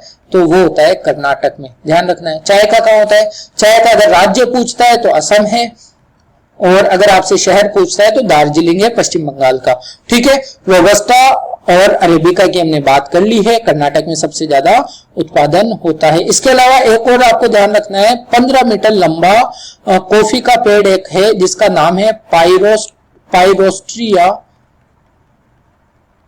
पाइरोस्ट्रिया लालजी, लालजी, पाइरोस्ट्रिया लालजी, है ना। ये कहां पे खोजा गया है? ये खोजा गया है अंडमान एंड निकोबार द्वीप समूह में, अंडमान एंड निकोबार द्वीप समूह में। क्या खास बात है? 15 मीटर लंबा है और IUCN, है ना, जो IUCN की रेड लिस्ट होती है उसमें क्रिटिकली एंडेंजर्ड की सूची में ये है। तो ये जितनी भी चीजें मैंने आपको बताई है ना, ये सभी इंपॉर्टेंट है इस पॉइंट ऑफ व्यू से, आपके एग्जाम पॉइंट ऑफ व्यू से, तो ध्यान में इसको रखना है। फिर बात करते हैं पूर्ण सुरक्षा की। पूर्ण सुरक्षा क्या है? ये एक इंश्योरेंस पॉलिसी का नाम है ना। तो इंश्योरेंस पॉलिसी जैसे हम कराते हैं ना बीमा में, तो एक आनंद होती है, ICICI, LIC की आनंद वगैरह, तो ऐसे इंश्योरेंस पॉलिसी का नाम है पूर्ण सुरक्षा। तो ये किसके द्वारा शुरू की गई है? ये दो कंपनियों के द्वारा, दो इंश्योरेंस कंपनियों के द्वारा शुरू की गई है। एक का तो नाम है पे नियर बाई, ओके, और एक है इंडिया फर्स्ट इंश्योरेंस। तो इन दोनों के द्वारा मिलकर ये एक नई पॉलिसी पूर्ण सुरक्षा शुरू की गई है। फिर बात करते हैं CARI, जीन थेरेपी एक तरह की, और क्या है ये? इसका पूरा नाम है chimeric antigen receptor T cell, है ना। सॉरी, ये आई नहीं है, ये टी है, इसको आप टी करेंगे। तो क्या है? Chimeric antigen receptor T cell, T cell कोशिका होती है ना, सेल। तो ये इसका एक प्रकार की जीन थेरेपी है, जीन की थेरेपी है, और ये किस लिए की जाती है? रक्त कैंसर के इलाज के लिए की जाती है ना। तो नई विधि है एक तरह से, और ये भारत में पहली बार इसको यूज किया गया है। भारत में पहली बार इसका मतलब में जीन थेरेपी ये दी गई है। तो पहली बार भारत में कहां पर? तो नाम ध्यान रखना है आपको, टाटा मेमोरियल हॉस्पिटल, और कहां पर? मुंबई में। तो इंपॉर्टेंट है, आपको ध्यान में रखना है, टाटा मेमोरियल हॉस्पिटल, CART, है ना। तो ये एक प्रकार की जीन थेरेपी है जो रक्त कैंसर से इलाज के लिए काम में आती है। फिर बात करते हैं Quetta centre for digital health. इसको लॉन्च किया है हमारे IIT बॉम्बे के द्वारा, लॉन्च किया गया है IIT बॉम्बे। और इसमें क्या किया जाएगा? इसमें ये चीजें डिस्कस की जाएगी कि आपको हेल्थ से रिलेटेड डिजिटल कैसे होना चाहिए ना, डिजिटली हेल्थ को कैसे हम ठीक रख सकते हैं, या नई मतलब में हेल्थ को लेकर सुधार करने में डिजिटली हम किस तरह से काम कर सकते हैं। तो ये लॉन्च किया गया है IIT बॉम्बे के द्वारा, है ना। इसको आप क्या कहोगे? KCDH भी इसको शॉर्ट में हम कहेंगे, Quetta centre for digital health. तो ये IIT बॉम्बे ने, आपको पता है IIT बॉम्बे 117वें नंबर पर है QS वर्ल्ड रैंकिंग, जो 2022 में अभी आई है, 2021 की जो आई है, और 117वें नंबर पर इसमें ये है। तो इंपॉर्टेंट है, आपको ध्यान रखना है, हमने इसके बारे में ऑलरेडी बात कर ली है। फिर बात करते हैं भारत कुवैत के मध्य घरेलू कामगारों, जो घरेलू कामगार होते हैं ना, घरेलू कामगारों की भर्ती में सहयोग को लेकर समझौता हुआ है। बहुत सिंपल लैंग्वेज में आप ये याद रखिए कि जो कुवैत में, अब कुवैत है पैसे वाली सिटी, भारत के अंदर तो कुवैत के लोग आके काम करते नहीं है, भारतीय ही जाते हैं बाहर, है ना। तो कुवैत के अंदर जो भारतीय घरेलू कामों के लिए लगाए जाते हैं, उनको अब कुवैत में कानूनी सुरक्षा भी प्राप्त होगी, है ना। उनके साथ अगर कुछ गलत किया जाता है तो वहां पर अब इस समझौते के अंतर्गत उनको कानूनी सुरक्षा प्राप्त होगी। तो ये अच्छी बात है, भारत की तरफ से अच्छा काम यहाँ पर किया गया है। फिर बात करें सम्मक्का सागर परियोजना, गोदावरी नदी पर बनाई जा रही एक परियोजना है, गोदावरी नदी पर, है ना। और कहां पर है ये? तेलंगाना में, तेलंगाना में ये बन रही है। तेलंगाना का एक जिला है मुलुगु जिला। तो कोई भी जब जल विद्युत परियोजना बनती है ना, तो उसका एक तो नाम इंपॉर्टेंट होता है, दूसरा किस नदी पर बन रही है और किस राज्य में बन रही है, ये आपको जरूर पता होना चाहिए। जिला थोड़ा डीप हो जाता है, अगर आप याद रखेंगे तो कोई नुकसान नहीं है, लेकिन याद ना भी रखें तो शायद हानि होने वाली आपको इससे नहीं है, है ना। तो मुलुगु जिले में तेलंगाना में ये परियोजना बनाई जा रही है गोदावरी नदी के ऊपर। फिर बात करें बैंक ऑफ महाराष्ट्र, अभी चर्चा में है। क्यों चर्चा में है?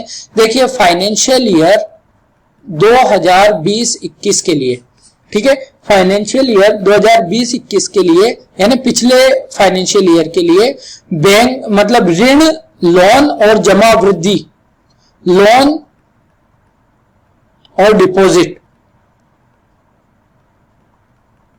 लोन और डिपॉजिट के लिहाज से सार्वजनिक क्षेत्रों के बैंकों के बीच सबसे बेहतर प्रदर्शन किया है बैंक ऑफ महाराष्ट्र ने। और इसकी ग्रोथ कितनी है?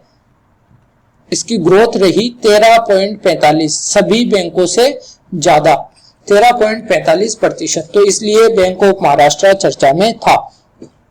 फिर बात करें भारत का विदेशी मुद्रा भंडार, फॉरेन करेंसी रिजर्व है ना, विदेशी मुद्रा भंडार भारत का कितना पार पहुंच चुका है? 600 बिलियन डॉलर से बाहर पहुंच चुका है। तो ये अपने आप में एक बड़ी उपलब्धि है हमारी भारत का। जो ये देखिए क्या होता है विदेशी मुद्रा भंडार, एक तो हमारे भारत का भी पैसा है, भारत के अंदर जो नोट वगैरह छपते हैं, खूब छपते हैं, खूब छापे जा सकते हैं, लेकिन भारतीय जो मुद्रा है इसका लेन देन सिर्फ कहां पर है? सिर्फ भारत के अंदर है। भारत अपनी मुद्रा से विदेशों से लेन देन नहीं कर सकता। विदेशों से जैसे हमें कच्चा माल खरीदना होता है, इंपोर्ट करना होता है, कोई दूसरी चीजें, तो हमें डॉलर चाहिए होता है ना, तो डॉलर होना चाहिए। तो विदेशी मुद्रा भंडार के अंतर्गत क्या क्या चीजें आती है? एक तो आपके पास गोल्ड हो, गोल्ड आता है मुद्रा भंडार में। इसके अलावा यूएस डॉलर होता है ना, अमेरिका का जो डॉलर है वो। और इसके अलावा एक चीज और आती है, आईएमएफ जो है ना, इंटरनेशनल मॉनेटरी फंड, आईएमएफ की एक मुद्रा आप कह सकते हो एसडीआर, स्पेशल ड्रॉइंग राइट। तो ये तीनों चीजें आती है मुद्रा भंडार के अंतर्गत। तो इन तीनों का कुल मिला के भारत के पास 600 बिलियन डॉलर हो चुका है। और ये विश्व में भारत कौन से नंबर पे है? 5वें नंबर पर है। सबसे ज्यादा किसके पास है? सबसे ज्यादा चीन के पास है, लगभग 3330 बिलियन डॉलर है, 3330 अमेरिकी बिलियन डॉलर। सेकंड पे कौन है? सेकंड पे जापान, थर्ड पे है स्विट्जरलैंड है, और फोर्थ है रशिया। रशिया के बाद फिर हमारा नंबर आता है 5th नंबर पे। ओके, तो ये आपको ध्यान में रखनी है बात। फिर बात करें कवच पर्सनल लोन। आपको पता है हमने बात की थी कि जो सार्वजनिक क्षेत्र के बैंक हैं उनको सरकार द्वारा कहा गया है कि आप कोविड-19 से इलाज के लिए लोन दीजिए, है ना। तो एसबीआई लोन दे रहा है कवच पर्सनल लोन। किस लिए? कोविड-19 के इलाज के लिए। अगर कोई व्यक्ति कोविड-19 संक्रमित हो गया या उसके घर में कोई संक्रमित हो गया, तो उनके इलाज के लिए वो 25,000 से 5 लाख रुपए तक का लोन ले सकता है। उसको कुछ भी गिरवी रखने की जरूरत नहीं है। इसको कहते हैं कोलेटरल फ्री लोन, है ना। एसबीआई के द्वारा कितने सालों में वापस चुकाना होगा? 5 सालों में वापस चुकाना होगा। इंटरेस्ट कितना देना होगा? इंटरेस्ट देना होगा 8.5%, यानी 8.5% का ब्याज देना होगा। ठीक है, एसबीआई के द्वारा ये शुरू किया गया है। एसबीआई के चेयरमैन कौन है? आपको पता है, दिनेश खर हैं एसबीआई के चेयरमैन। फिर बात करते हैं अगली हेडिंग की। अगली हेडिंग है हमारी, फोर्ब्स के अनुसार भारत में सर्वश्रेष्ठ बैंक कौन सा है। तो देखिए, अभी फोर्ब्स ने एक रिपोर्ट जारी की थी और वो रिपोर्ट विश्व के सर्वश्रेष्ठ बैंक 2021 के नाम से थी। विश्व के सर्वश्रेष्ठ बैंक 2021 के नाम से फोर्ब्स ने एक रिपोर्ट जारी की। तो भारत के अंदर कौन सा सर्वश्रेष्ठ बैंक है? तो इसके अंतर्गत ये आपको ध्यान रखना है कि सिर्फ भारतीय बैंक ही नहीं आता है, लेकिन भारत के अंदर अगर कोई विदेशी बैंक भी काम कर रहा है तो उसकी भी परफॉर्मेंस को चेक किया गया है कि उसकी परफॉर्मेंस भारत में कैसी है।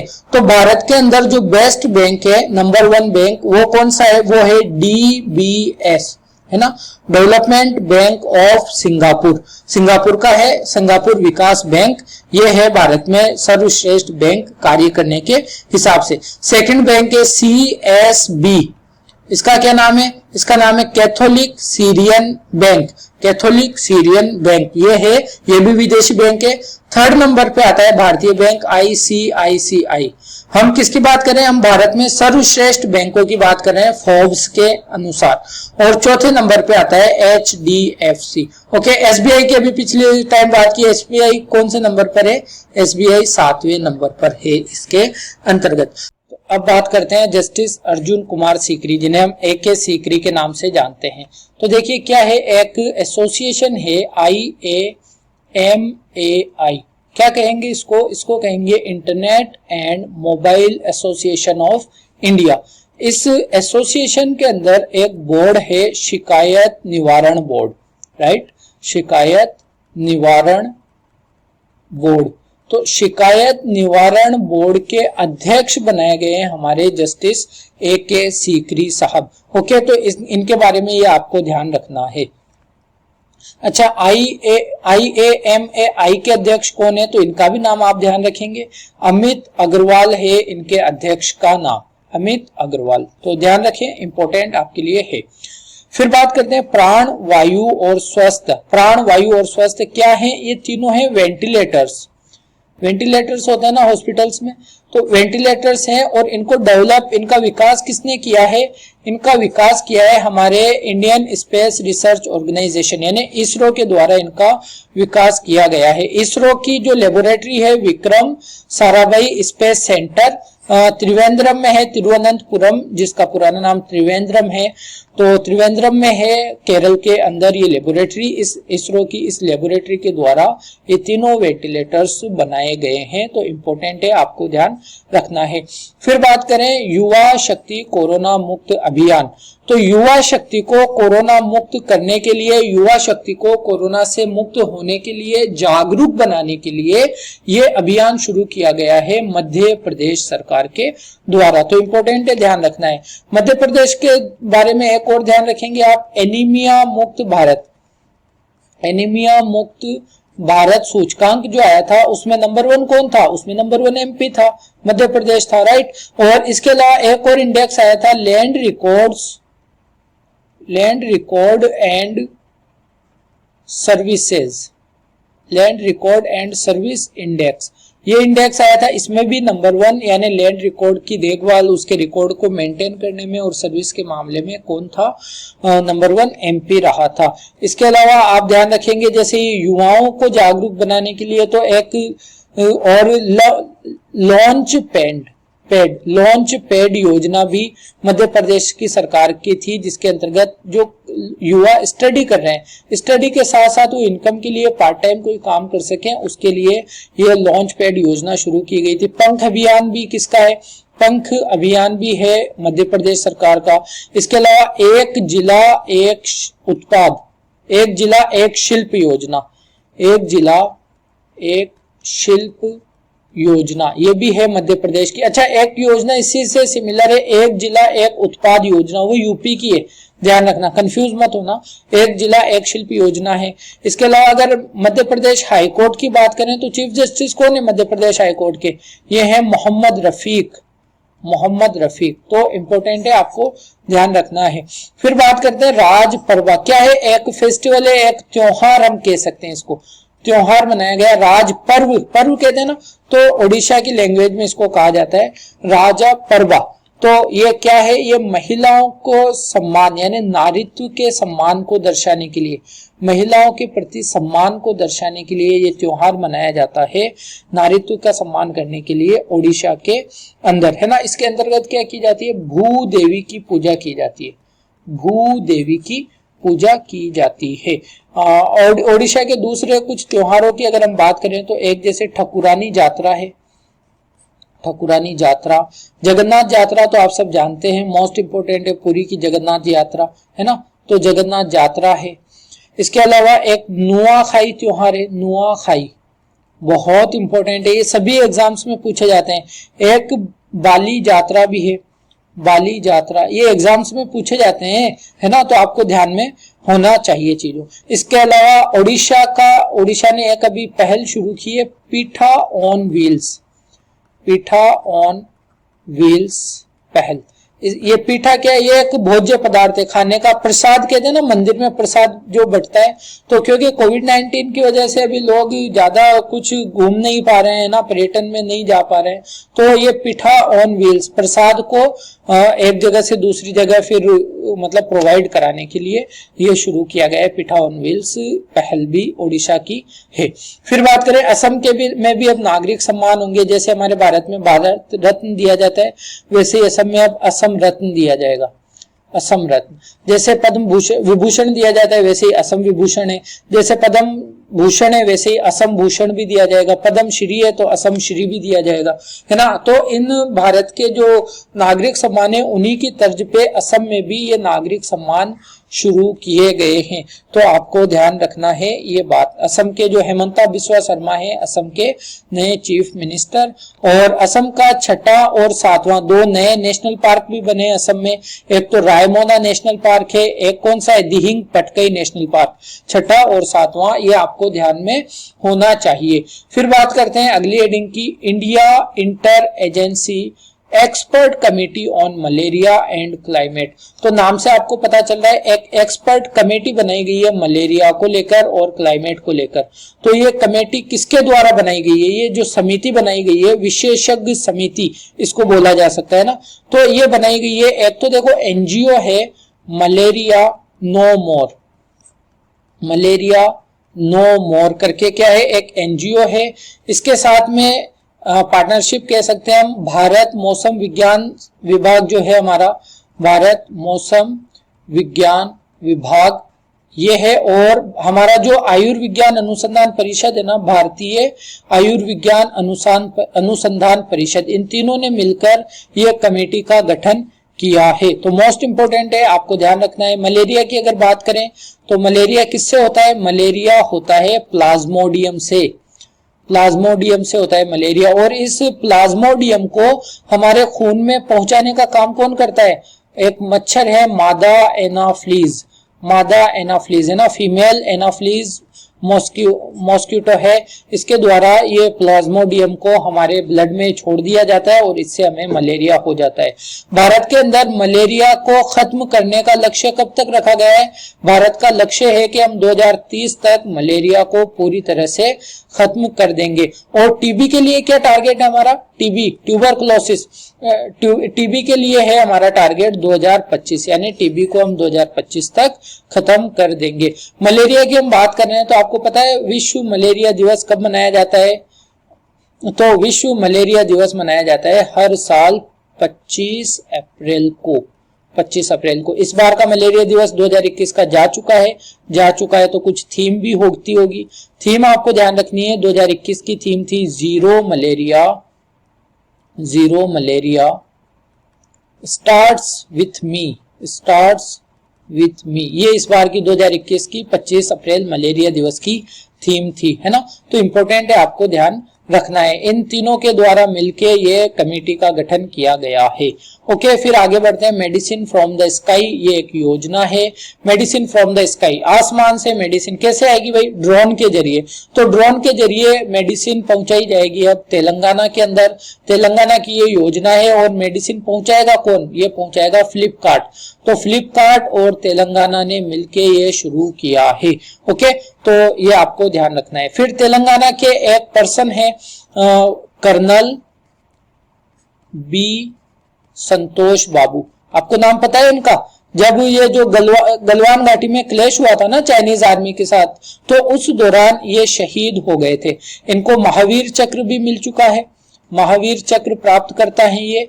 तो इनकी क्या प्रतिमा स्थापित की जा रही है तेलंगाना में, तेलंगाना से बिलोंग करते हैं तो तेलंगाना में इनकी प्रतिमा स्थापित की जा रही है। तेलंगाना के कौन से स्थान पर, सूर्यापेट, सूर्यापेट स्थान है तेलंगाना का, वहां पर श्री कर्नल बी संतोष बाबू जी की क्या की जा रही है, प्रतिमा स्थापित की जा रही है। क्योंकि गलवान घाटी में जो क्लेश हुआ था चाइनीज आर्मी के साथ हमारा, वहां पर ये शहीद हो गए थे।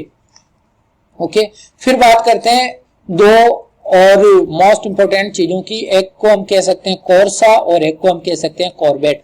ये कोरसा और कॉर्बेट क्या है, ये है सेंटर ऑफ एक्सीलेंस, उत्कृष्टता केंद्र हम कह सकते हैं ना, उत्कृष्टता केंद्र।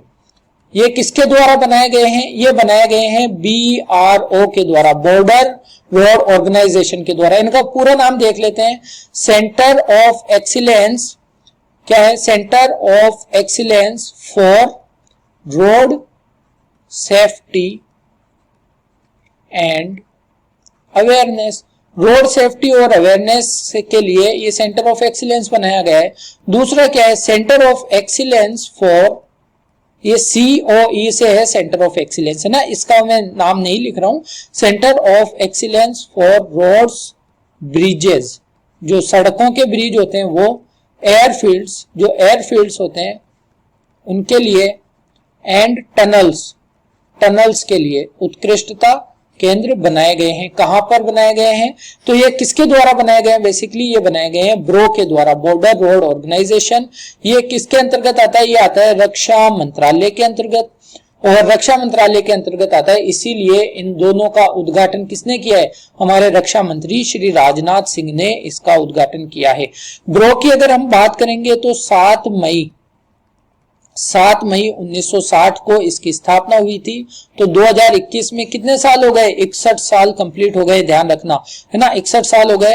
और ब्रो के डायरेक्टर जनरल, महासचिव कौन है? ब्रो के महासचिव हैं lieutenant general Rajiv Chaudhary, lieutenant general Rajiv Chaudhary. एक मोस्ट इंपोर्टेंट क्वेश्चन आपको बताता हूं। ब्रो के अंतर्गत एक कंपनी आती है रोड कंस्ट्रक्टर कंपनी, है ना। रोड कंस्ट्रक्टर कंपनी को की अध्यक्ष पहली बार कोई महिला बनी है, और उन महिला का नाम क्या है? ये है, इनका नाम है वैशाली हिवासे, वैशाली हिवासे। तो ये तो एग्जाम में पूछा ही जाएगा। ब्रो के अंतर्गत आने वाली रोड कंस्ट्रक्टर कंपनी के अध्यक्ष कौन है? पहली बार कोई महिला बनी है, श्रीमती वैशाली हिवासे इनका नाम है ना। तो इंपॉर्टेंट है, आपको ध्यान रखना है। उत्कृष्टता केंद्रों की बात कर रहे हैं तो ये रोड सेफ्टीज को लेकर 2 उत्कृष्टता केंद्र बनाए गए ब्रो के द्वारा।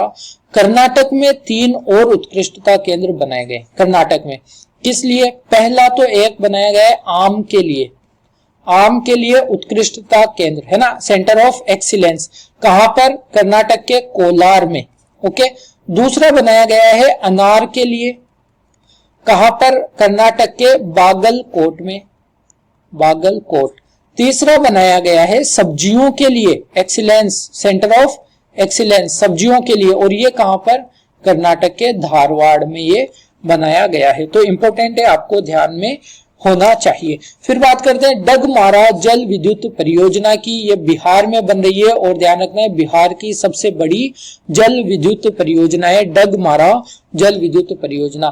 तो मैंने आपको बोला है, जब भी कोई जल विद्युत परियोजना की बात होती है, पहला तो आपको ध्यान रखना है कि कौन सी नदी पर बन रही है, दूसरा आपको उसका राज्य, उसका स्थान पता होना चाहिए। तो बिहार में बन रही है और कोसी नदी पर बन रही है, कोसी नदी पर। कोसी नदी को बिहार का शोक कहा जाता है, आपको पता होना चाहिए। इसका निर्माण कौन कर रहा है? इसका निर्माण कर रहा है NHPC, national hydro power corporation, है ना, सरकारी कंपनी है नेशनल हाइड्रो पावर कॉर्पोरेशन। इसके द्वारा इस परियोजना का निर्माण किया जा रहा है। अगली हेडिंग की बात करेंगे अगर, तो तुलु भाषा को 8वीं अनुसूची, संविधान में हमारी जो 8वीं अनुसूची है वो हमारी भाषाओं को लेकर है। आपको पता है 22 भाषाएं इसके अंदर ऑलरेडी शामिल हैं। तो तुलु भाषा को भी इन 22 भाषाओं में अगर ऐड हो जाएगी तो 23 हो जाएगी। तुलु भाषा को भी इन 8वीं अनुसूची में शामिल करने की मांग उठाई जा रही है। तो कहां पे बोली जाती है तुलु भाषा? तुलु भाषा 2 राज्यों में बोली जाती है मोस्टली, एक तो कर्नाटक है और एक केरल है। कर्नाटक के 2 जिलों में और केरल के 1 जिले में। कासरगोड जिला जो है केरल का, कासरगोड में बोली जाती है। और कर्नाटक के एक तो दक्षिणी कन्नड़ जिला है, दक्षिणी कन्नड़ जिला, और एक उडुपी जिला यहाँ पर। तो अगर जिले पूछे जाए तो 3 जिलों में मोस्टली, और अगर राज्य पूछे जाए तो 2 राज्यों में। भारत की जो जनसंख्या हुई थी, जनगणना हुई थी 2011 की जनगणना के अनुसार तुलु भाषा बोलने वाले भारत के अंदर 18.5 लाख लोग हैं। तो ये मांग उठती है कि इसको भी 8वीं अनुसूची में, संविधान में क्या किया जाना चाहिए? इसको शामिल किया जाना चाहिए। तो ये आपको बात पता होनी चाहिए थी, इसलिए मैंने आपको बता दी। एक पहल शुरू की गई है फेसबुक के द्वारा, report it don't share it. जब आप कोई ऐसा कंटेंट देखते हैं फेसबुक पे जो बाल शोषण को बढ़ावा देता है, तो उसको शेयर मत कीजिए, उसको रिपोर्ट कीजिए ताकि उसको बढ़ावा ना मिले, उसको वहीं पे रोका जा सके ना। तो रिपोर्ट इट, यहाँ पे कोमा होगा, और डोंट शेयर इट, ये पहल शुरू की गई है फेसबुक के द्वारा ताकि बाल शोषण को रोकने के लिए मदद मिल सके। ओके, तो ध्यान रखना है। फिर बात करते हैं TV channel selector web portal. ये लॉन्च किया गया है ताकि आप कौन सा चैनल देखना चाहते हैं उसको सिलेक्ट अपने हिसाब से कर सकें। किसके द्वारा लॉन्च किया गया है यह पोर्टल? यह वेब पोर्टल लॉन्च किया गया है भारतीय दूरसंचार भारतीय दूरसंचार नियामक प्राधिकरण, नियामक प्राधिकरण के द्वारा। ओके, कौन है अध्यक्ष, कौन है भारतीय दूरसंचार नियामक प्राधिकरण के अध्यक्ष हैं? पीडी वाघेला। पीडी वाघेला किसके अंतर्गत आता है? ये हमारे संचार मंत्रालय के अंतर्गत आता है, संचार एवं प्रसारण मंत्रालय के अंतर्गत। मंत्री कौन है? संचार एवं प्रसारण मंत्री हमारे रविशंकर प्रसाद, रविशंकर प्रसाद है हमारे मंत्री। ओके, तो इंपॉर्टेंट है, आपको ध्यान रखना है। फिर बात करते हैं अगली हेडिंग की। अगली हेडिंग कहती है एरिक्सन मोबिलिटी रिपोर्ट के बारे में बात करते हैं। तो एरिक्सन, आपने नाम सुना होगा, डिवाइसेस आते हैं एरिक्सन के, डिजिटल डिवाइसेस आते हैं ना, इक्विपमेंट्स आते हैं, इलेक्ट्रॉनिक जो डिवाइसेस होते हैं वो आते हैं, जैसे आपने मोबाइल वगैरह भी देखे होंगे। तो एरिक्सन स्वीडन की एक कंपनी है और इसके द्वारा एक रिपोर्ट दी गई, एरिक्सन मोबाइल रिपोर्ट। इसके अंतर्गत क्या कहा गया कि भारत में जो 5G की टेस्टिंग चल रही है ना, 2026 तक भारत में 5G के कितने होंगे लोग, 5G के कितने ग्राहक होंगे, कितने लोगों के पास 5G होगा? 330 मिलियन लोगों के पास, यानी हम कह सकते हैं 33 करोड़ लोगों के पास। ये रिपोर्ट कहती है कि 2026 तक भारत में 33 करोड़ लोग 5G यूज करने लग जाएंगे, है ना। तो इसके अलावा एक बात और कहती है, अभी वर्तमान में भारत का प्रत्येक व्यक्ति औसत कितना डाटा यूज करता है? औसतन डाटा यूज करता है एक महीने में 14.5 GB। एक महीने का है, भारत का प्रत्येक व्यक्ति औसतन इतना डाटा यूज करता है। तो ये रिपोर्ट ये कहती है कि 2026 तक जब लोग 5G पे आ जाएंगे तो ये डाटा बढ़ के हो जाएगा 40 GB एक महीने में, यानी लोग 40 GB डाटा एक महीने में यूज करेंगे। लगभग इसका 3 गुना होने वाला है सिर्फ 5 सालों के अंदर। ठीक है, तो ये बात आपको ध्यान रखनी है। फिर बात करते हैं भारत का पहला राष्ट्रीय समुद्री विरासत परिसर। राष्ट्रीय समुद्री विरासत परिसर, इसको इंग्लिश में हम कह सकते हैं national maritime heritage complex, national maritime heritage complex. इसका निर्माण कहां पर किया जा रहा है? भारत का पहला होगा, इसका निर्माण किया जा रहा है लोथल में। लोथल है गुजरात में, गुजरात में लोथल है ना। तो लोथल आपको पता है सिंधु घाटी सभ्यता की एक महत्वपूर्ण साइट भी है लोथल, यहाँ यहीं से बंदरगाह प्राप्त हुआ था, डक यार्ड जिसे हम कहते हैं। तो लोथल कौन सी नदी के किनारे, आप बता सकते हैं मुझे? आप कमेंट करके बताइए कि लोथल कौन सी नदी के किनारे है। तो भारत का पहला राष्ट्रीय समुद्री विरासत परिसर गुजरात के लोथल में बनाया जा रहा है। इंपॉर्टेंट है बहुत ज्यादा। किसके द्वारा बनाया जा रहा है? ये बनाया जा रहा है जो बंदरगाह को देखता है ना मंत्रालय, हमारा बंदरगाह मंत्रालय के द्वारा, और इसके अलावा संस्कृति मंत्रालय के द्वारा, संस्कृति मंत्रालय के द्वारा। ओके, फिर बात करते हैं केंद्रीय एथलीट चोट प्रबंधन प्रणाली। एक सिस्टम बनाया गया है जिसको हम कह सकते हैं centralised athlete injury management system. ये हमारे खेल मंत्रालय के द्वारा ये सिस्टम शुरू किया गया है, खेल मंत्रालय के द्वारा। क्यों? ताकि जो एथलीट्स को चोट, एक तो ऐसा सिस्टम बनाया जाए, ऐसा इंफ्रास्ट्रक्चर बनाया जाए कि एथलीट्स को चोट कम लगे। अगर उनको चोट लगती है तो उस चोट को ठीक करने में जल्दी हो सके, है ना, वो चोट जल्दी से ठीक हो सके, ऐसा कोई सिस्टम बनाया जाए। तो ये शुरू किया गया है हमारे खेल मंत्रालय के द्वारा, CAIMS इसको हम कह सकते हैं, centralised athlete injury management system. ये शुरू किया है हमारे खेल मंत्रालय ने। खेल मंत्री हमारे किरण रिजिजू, तो इनके बारे में आपको ध्यान रखना है। यहाँ पे हमारी सभी नेशनल न्यूज खत्म हो जाती है। अब हम बात करने वाले हैं जो इम्पोर्टेंट अवार्ड्स रहे हैं इस पूरे टाइम के दौरान, इस एक हफ्ते के दौरान, उनके बारे में बात करेंगे। तिलोत्तमा शोम, ये आपको जो नजर आ रही है ये एक्ट्रेस हैं तिलोत्तमा शोम। इनको UK Asian film festival, UK Asian film festival 2021, इसके अंतर्गत इनको सर्वश्रेष्ठ अभिनेता यानी बेस्ट एक्टर का अवार्ड मिला है। बेस्ट एक्टर के अवार्ड से इनको सम्मानित किया गया है तिलोत्तमा शोम को। तो कौन सी फिल्म के लिए इन्होंने जो फिल्म की है वो फिल्म है इनकी राहगीर, राहगीर और द वेफेयर्स, वेफेयर्स है ना। राहगीर द वेफेयरर्स ये फिल्म है इनकी, गौतम घोष ने इस फिल्म को बनाया था। तो इस पिक्चर के लिए इनको बेस्ट एक्टर के लिए यूके एशियन फिल्म फेस्टिवल का अवार्ड दिया गया है। फिर बात करते हैं एशिया पैसिफिक प्रोडक्टिविटी चैंपियन पुरस्कार की। ये किसके द्वारा दिया जाता है? ये दिया जाता है एशियाई उत्पादकता संगठन के द्वारा। एशियाई उत्पादकता संगठन APO, एशियन प्रोडक्टिविटी ऑर्गेनाइजेशन। इसका हेडक्वार्टर टोक्यो में है, हेडक्वार्टर इसका टोक्यो में है, जापान में। तो इसके द्वारा दिया गया। ये किसको? RSOD को। देखिए RSOD पिछले 2-3 सेशन से रेगुलर बने हुए हैं चर्चा में। तो ये पर्सन है RSOD। ये अमूल जो है ना, हमारा अमूल दूध की कंपनी जो हमारे भारत को विश्व में दूध के उत्पादन में सर्वश्रेष्ठ बनाता है, नंबर 1 बनाता है। तो अमूल के मैनेजिंग डायरेक्टर हैं श्री RSOD। तो इनको आपको ध्यान रखना है। इसके अलावा ये अभी काय के मेंबर बने हैं? IDF, इंटरनेशनल डेयरी फेडरेशन के मेंबर भी बने हैं ये। इनके साथ में इनसे पहले एक मेंबर और बने थे, दिलीप रथ। ये भी IDF के मेंबर हैं।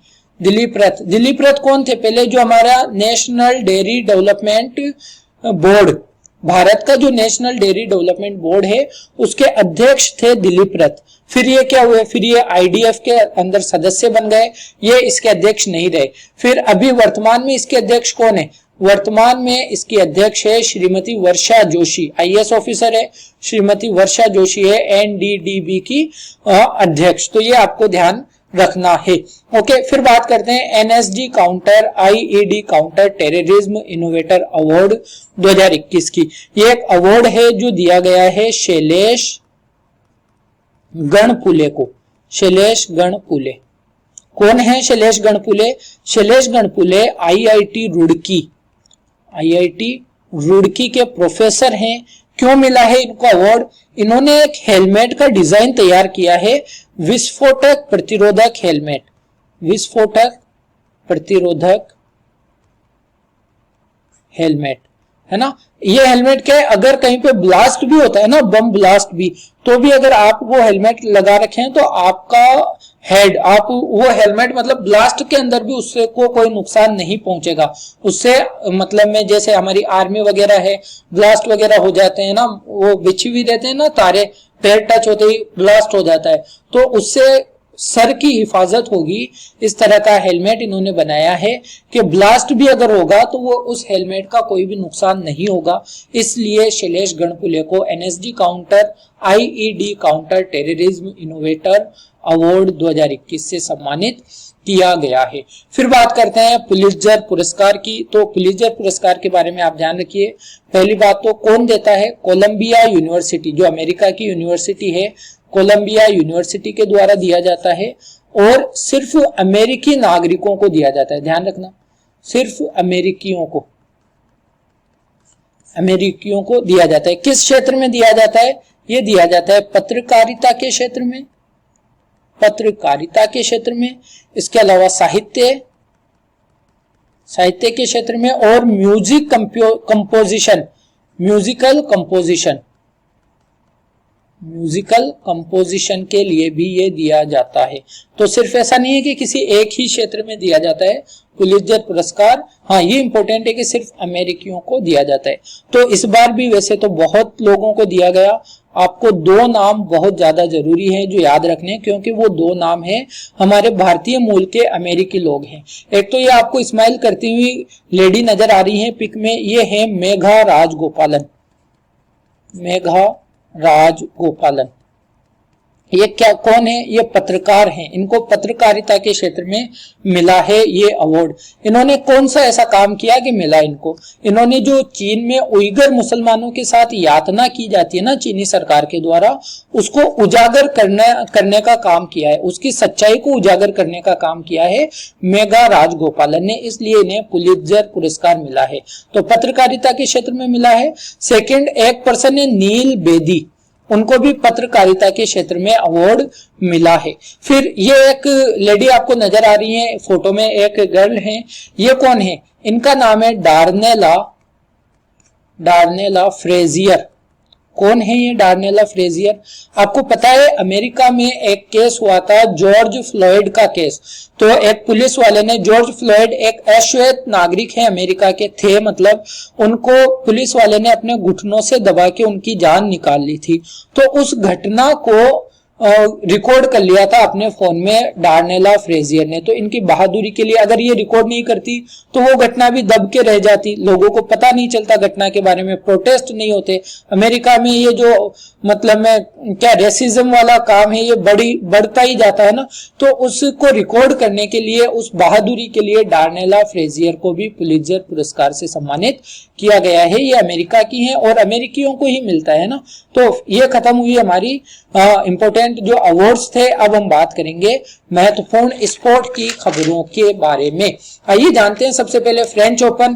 देखिए मैं डिटेल में यहाँ पे नहीं बताऊंगा क्योंकि पूरा एक डेडिकेटेड सेशन लिया है फ्रेंच ओपन के लिए। हाँ, इतना हम जान लेते हैं कि पुरुष एकल किसने जीता है? पुरुष एकल खिताब जीता है नोवाक जोकोविच ने, नोवाक जोकोविच ने। और महिला एकल किसने जीता है? महिला एकल जीता है बारबोरा क्रेजिस्कोवा ने, क्रेजिस्कोवा। ठीक है, आप क्या करेंगे, आई बटन पे मैं आपको लिंक दे दूंगा, वहां पे जाके आप फ्रेंच ओपन को पूरा डिटेल से देखेंगे। वहां पे मैंने जो एक्स्ट्रा फैक्ट्स हैं उनकी हिस्ट्री बताई है, चारों जो होते हैं, जैसे ऑस्ट्रेलियन ओपन होता है और फिर फ्रेंच ओपन होता है, विंबलडन होता है, यूएस ओपन होता है ना, इन सब के बारे में आपको बताया हुआ है। जो चीजें एग्जाम में बार बार आती है वो बताया हुआ है, तो आप यहाँ पे जाके जरूर देखें। फिर बात करते हैं अरुणा तंवर की। ये आपको नजर आ रही है अरुणा तंवर, ये हरियाणा के भिवानी से हैं, भिवानी हरियाणा से। इन्होंने जो पैरालंपिक होंगे ना, देखिए एक तो ओलंपिक होते हैं और एक होते हैं पैरालंपिक, जो स्पेशली एबल्ड पर्संस होते हैं, स्पेशली एबल्ड एथलीट्स होते हैं, उनके लिए होता है पैरालंपिक। तो अरुणा तंवर ने पैरालंपिक के लिए क्या कर लिया है? क्वालिफाई कर लिया है। तो मोस्ट इंपोर्टेंट ये क्वेश्चन आपके लिए बनता है, इसको स्टार मार्क जरूर आप कर लेंगे। अरुणा तंवर कौन सा गेम खेलती हैं? अरुणा तंवर खेलती है ताइक्वांडो, ताइक्वांडो। एक तरह से जूडो कराटे टाइप का ये है, ताइक्वांडो है ना, भिवानी हरियाणा से। और टोक्यो पैरालंपिक के लिए इन्होंने क्वालिफाई कर लिया है। ओके, फिर बात करते हैं अगली हेडिंग की। अगली हेडिंग है गर्लफ्रेंड चैलेंज 2021। ये शतरंज का एक चैलेंज है, ये आपको नजर आ रहे हैं, इन्होंने ये जीत लिया है। इनका नाम है डी गुकेश। डी गुकेश ने गर्लफ्रेंड चैलेंज 2021 जीत लिया है। शतरंज का ये है, शतरंज से संबंधित ये है।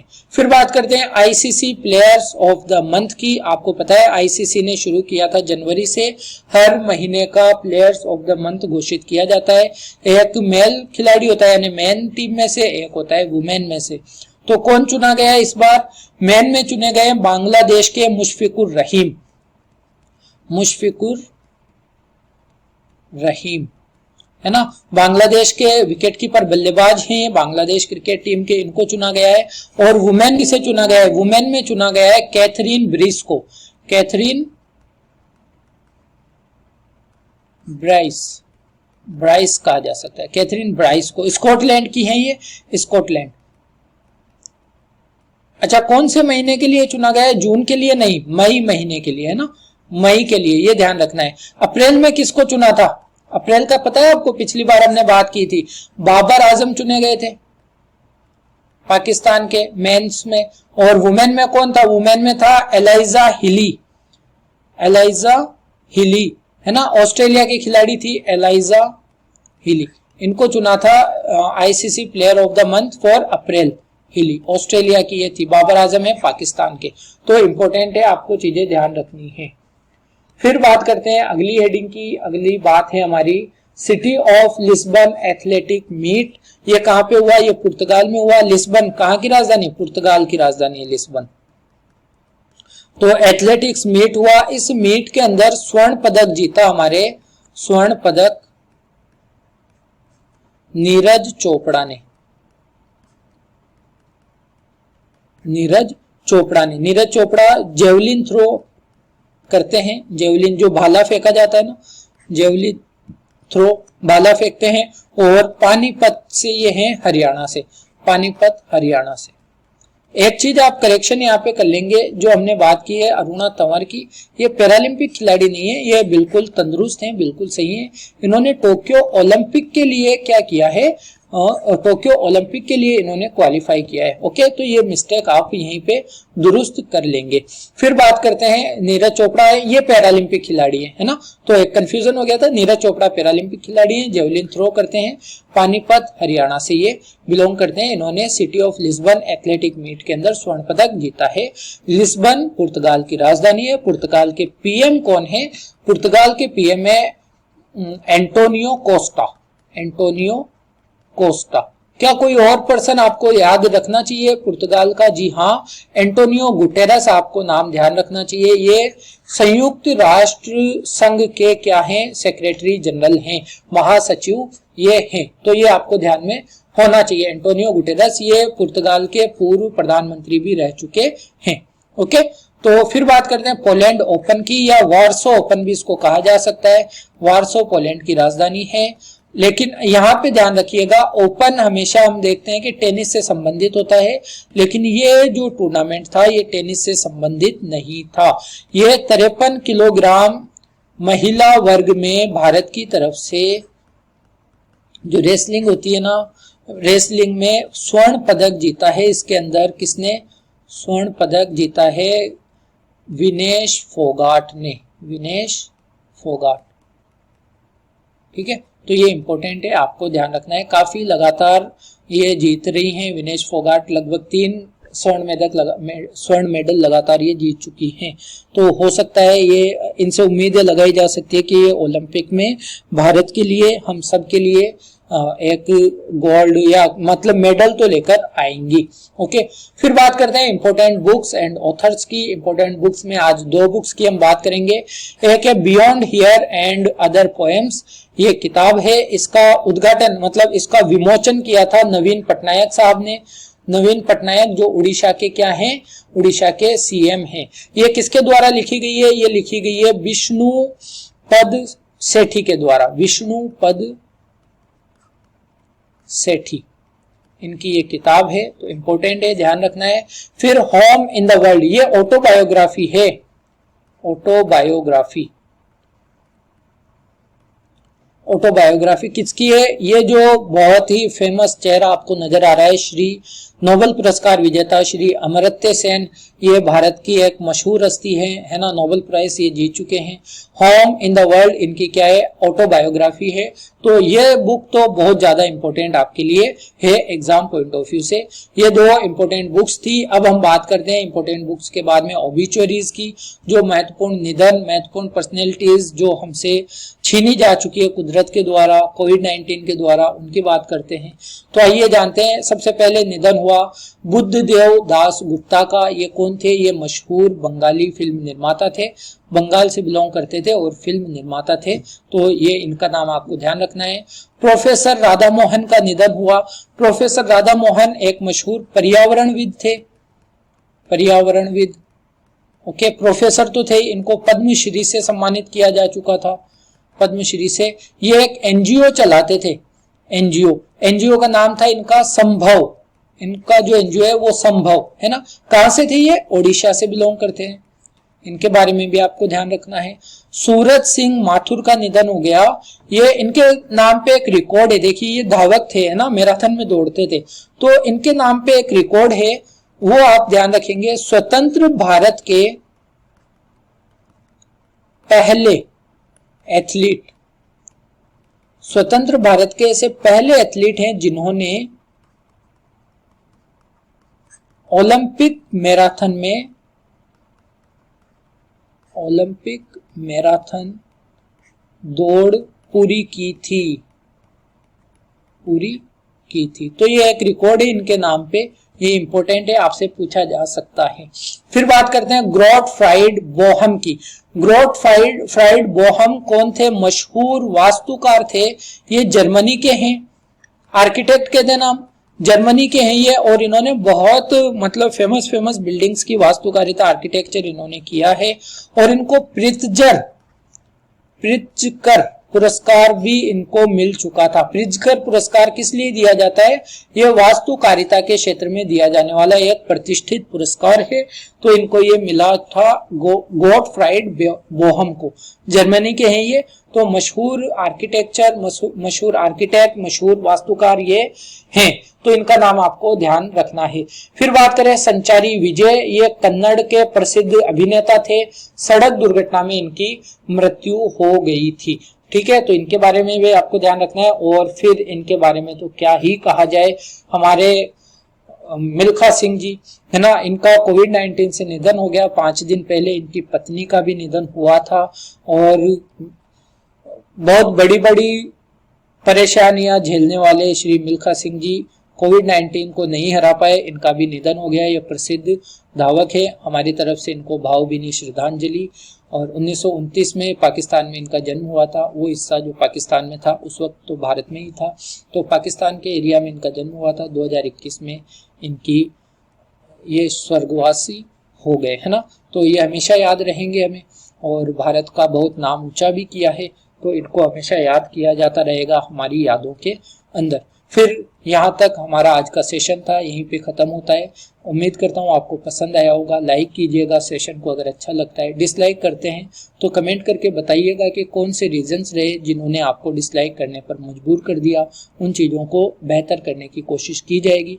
कमेंट करके आपके सजेशंस दीजिए। वीडियो के बारे में कोई बात आपको कहनी है वो कहिए।